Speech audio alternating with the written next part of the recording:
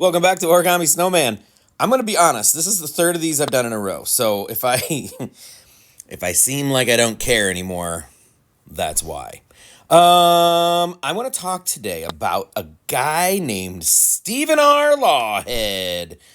If you don't know about Stephen R. Lawhead, he is a writer of fantasy. He writes novels. I don't know. I don't know anything about his personal politics. So if there's some weird thing, you know, then let me know, and I will not talk about him anymore. But I don't think he's really like popular enough for his politics to be problematic, I guess is what I'm saying. So he's written a lot of stuff. He's written a lot of like pretty high fantasy stuff. I think one of his more popular, oh, that was such a great hole in one. I think one of his more popular series is In the Hall of the Dragon King. I have that sitting on the shelf behind me. I have not read it. I started to, and then I changed directions, and it's so, the first book, there's a little bookmark in there, but I'm gonna have to take it out and just start over because it's been a while. So In the Hall of the Dragon King. He also more recently wrote the Raven King trilogy. That's sort of a retelling of Robin Hood. I love Robin Hood. Love that story. Love the Disney movie. All of it. So he did kind of a more in-depth, more mature retelling of Robin Hood. That trilogy is also, well, 2/3 of that trilogy is sitting on the shelf behind me. I have book 1, Hood, and book 3, Tuck. I used to have book 2, Scarlet, but I don't anymore. I'm not going to go into why. So that also, I think I enjoyed, if I recall. Now, the one I want to talk about the most is, it's called the Pendragon Cycle. And it deals with Arthurian and Atlantean legends. And it's very, very, very good. If you like high historical fantasy, this is really good. The first book is called Taliesin. And in Arthurian legend, Taliesin, I believe, was the father of Merlin. Now, if that's not the case, if that's not how it is in, like the Once and Future King or whatever, then that's how it is in this series. Taliesin was, he was an orphaned, maybe not orphaned, I don't know. They found him. He was in a fishing net. He was like, they put out a salmon weir to bring in the catch at the beginning of the season that would determine what kind of luck the tribe would have, and it was empty. There were no salmon in the weir, and so they were devastated. But the prince, the king's son, you know what a prince is, was insistent that he check every single net, and so on the last net he went out and he found, wrapped in a seal skin, little pouch, he found a baby, and the baby was dead. Hang on one second. I'm fine.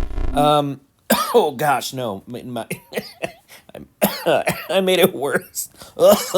I'll be okay.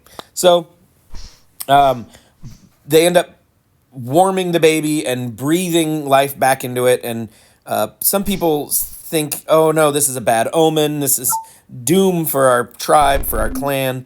But it turns out that this little baby boy, Taliesin, is touched. He's blessed. And anyway, he has this vision for the Isle of the Mighty, for Britain. They call it the Summer Kingdom. And he I won't go into great detail, but Taliesin ends up fathering a young man named Merlin, who goes on to be Merlin. You know Merlin. And it's so good. The second book is called Merlin. The third book is Arthur. It's so good. It talks all sorts about like the pagan, the pagan tribes, the Celts and the Scotti and the Scot and the Picti. I don't know. It's been a long time. I'm trying to remember it all, but it's very good, and you see Britain rise up around all of these different cultures and these ideas of magic, and you see Christianity come to Britain, and how it's embraced and how it's like spurned, and Merlin himself, he's sort of struggles. He was raised by these hill folk who kidnapped him, and he was supposed to be a sacrifice, but that didn't work out, and so they decided maybe we better teach him magic. So he learns all this deep earth magic, and then is also taken in by bards, not bards, monks who they. He's basically taught by the fair folk, and he's taught by these hill people, and he's taught by druids, and so he has this massive wealth of magic and of all of the traditions and the stories of the people of Britain, but he is also a Christian. And they tell his whole story, and it's so sad and so tragic, and he's hundreds of years old, and it's just, oh my gosh, it's just so good. And then he's trying to bring about his father's vision of the summer, the kingdom of summer, and ends up realizing that, like, this is not my kingdom to lead. There's another who will lead, and that's where they bring in Arthur. And oh my goodness, it's so good. So the thing about the Pendragon cycle, it's 5 books long. However, the story ends with book 3.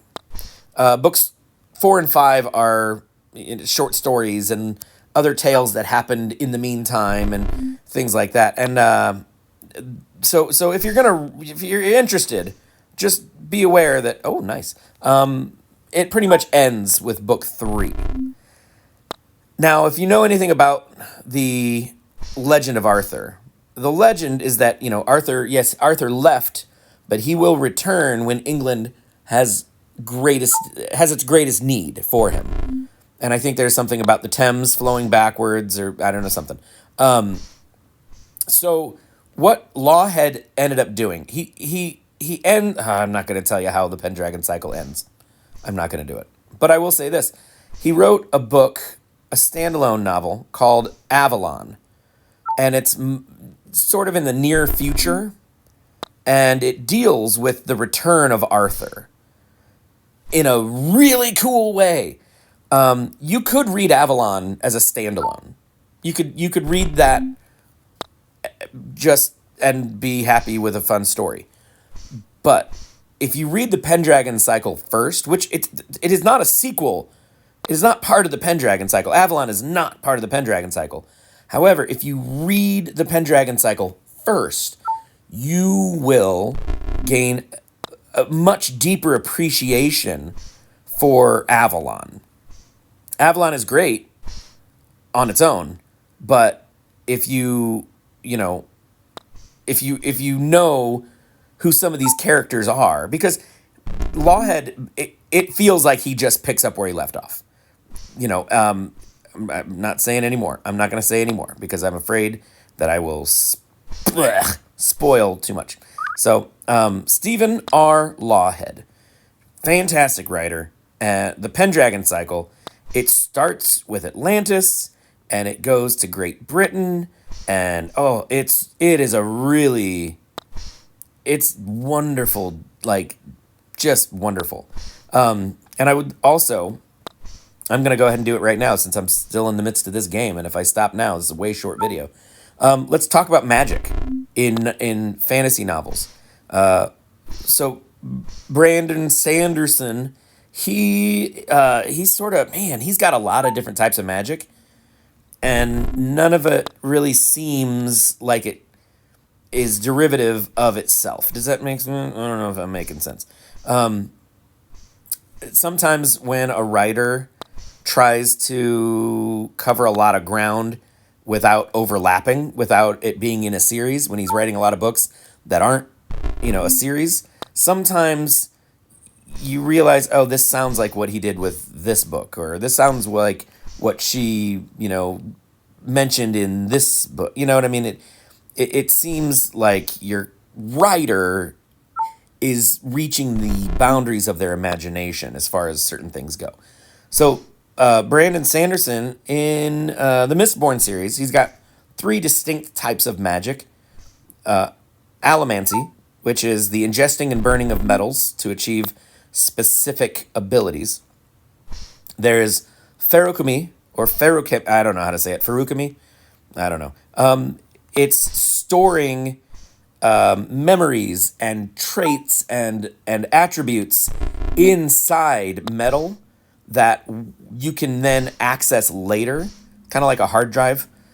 So, for example, you could make yourself very sick for a couple weeks, and you'd be storing up your health inside like a gold armband, and then later, say you're in battle and you get wounded, you can draw on that health to heal your wound. And the same can be done with like sleep. Say you just spend a week in bed and you're storing up your rest inside an earring or inside a ring, and then when you have need of wakefulness, you tap into that. It's called a metal mind. You can store memories there too, and you can store weight. If you want to make yourself lighter, you just fill a metal mind with weight, and then you cut yourself down to like half weight. Then if you fall and you hit the ground, it doesn't hurt as bad. Or later, if you need to like smash through a door, you run at the door and then suddenly increase your weight so that instead of like a 150-pound man hitting the door, you're a 300-pound man hitting the door. Significantly more weight behind the door. So the Ferrukami, there needs to be a pronunciation guide. It covers a lot of ground. It's almost OP, but that's kind of nice because I don't really think anybody really abuses it yet. Anyway, I'm not through the series. And then the third kind of magic he uses is hemalurgy, which is a metal spike that has basically kind of been tainted with the blood of an allomancer. And so now that ability is given to the person into whom the spike is inserted, is plugged, is stuck. So you have these people called inquisitors, steel inquisitors, and they have spikes through their eyes. I know that sounds horrible, but those spikes give them the abilities of an allomancer. They usually also have other spikes in their bodies somewhere, which makes them more powerful. And so those are the three main types of magic in Mistborn. In the Stormlight Archive, there are surge binders, and the surge binders they absorb light from high storms. These high storms, it's like, I think I've mentioned it before. It's like an inland hurricane. They're just massively destructive, deadly things, and people, they hide from them. It's a universal, don't mess around, get indoors, buckle down, and let's ride this thing out. How did that happen? So, some of these individuals, they're money. They use glass beads that have gems tucked away inside, like a diamond chip or emeralds. They call them emerald bromes. Those are very large, and they store up light from these high storms called stormlight.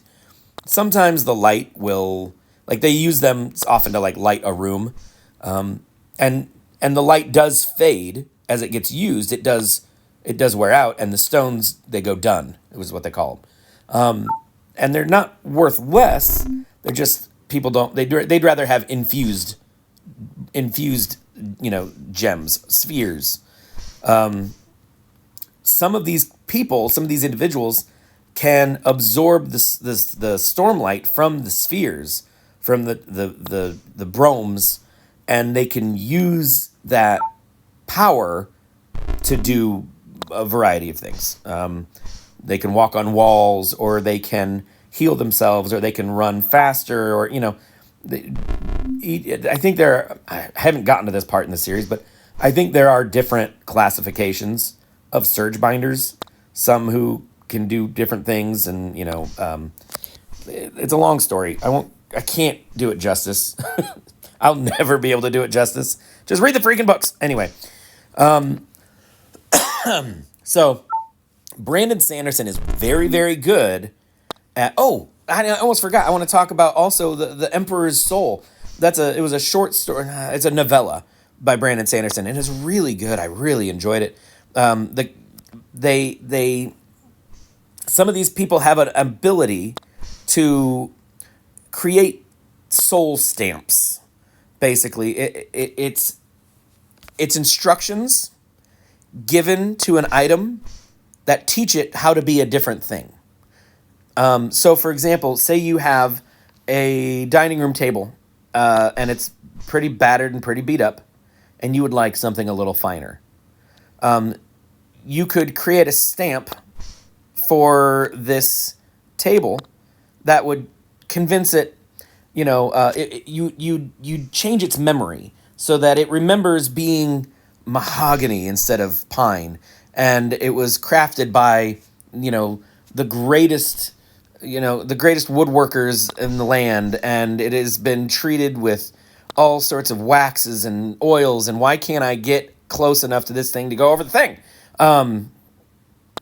And so this table would then, you'd apply the stamp to the table, and then this table would change. So, these people, they can wrought change in an object or in a person. This character carries around stamps with her. If she ever needs to go on the run, that would change who she is.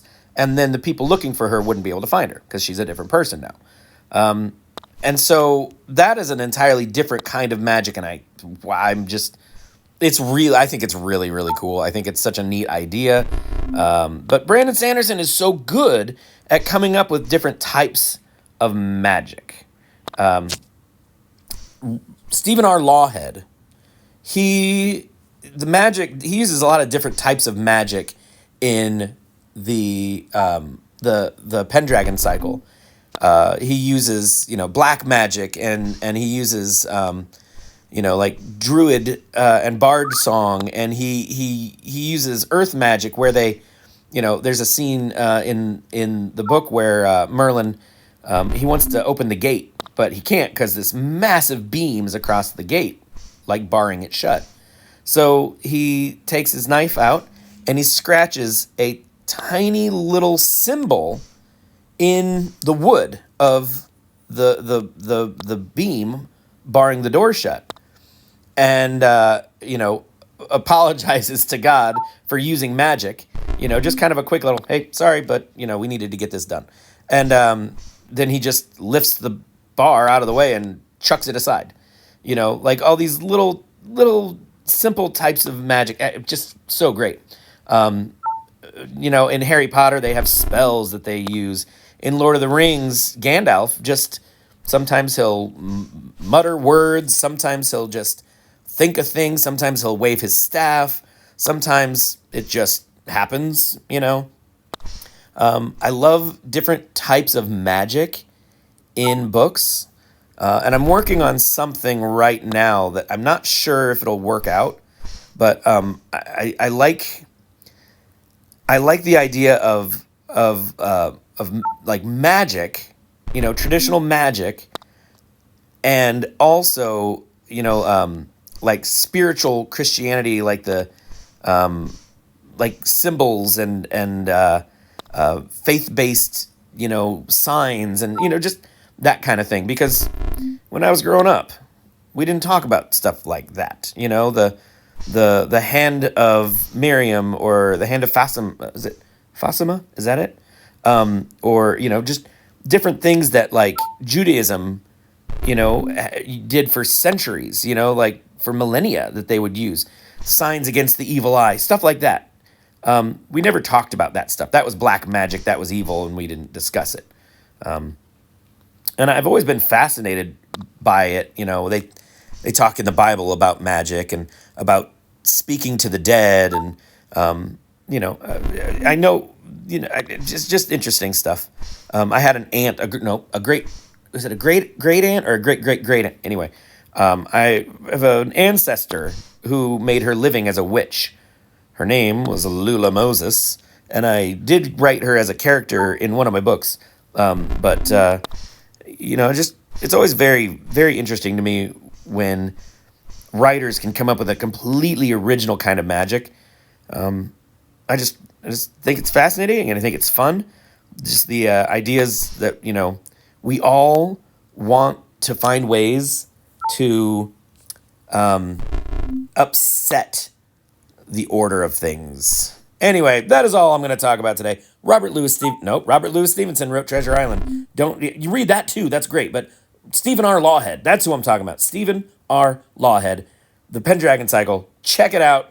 I love you guys. You're amazing and wonderful, and thank you so much for watching.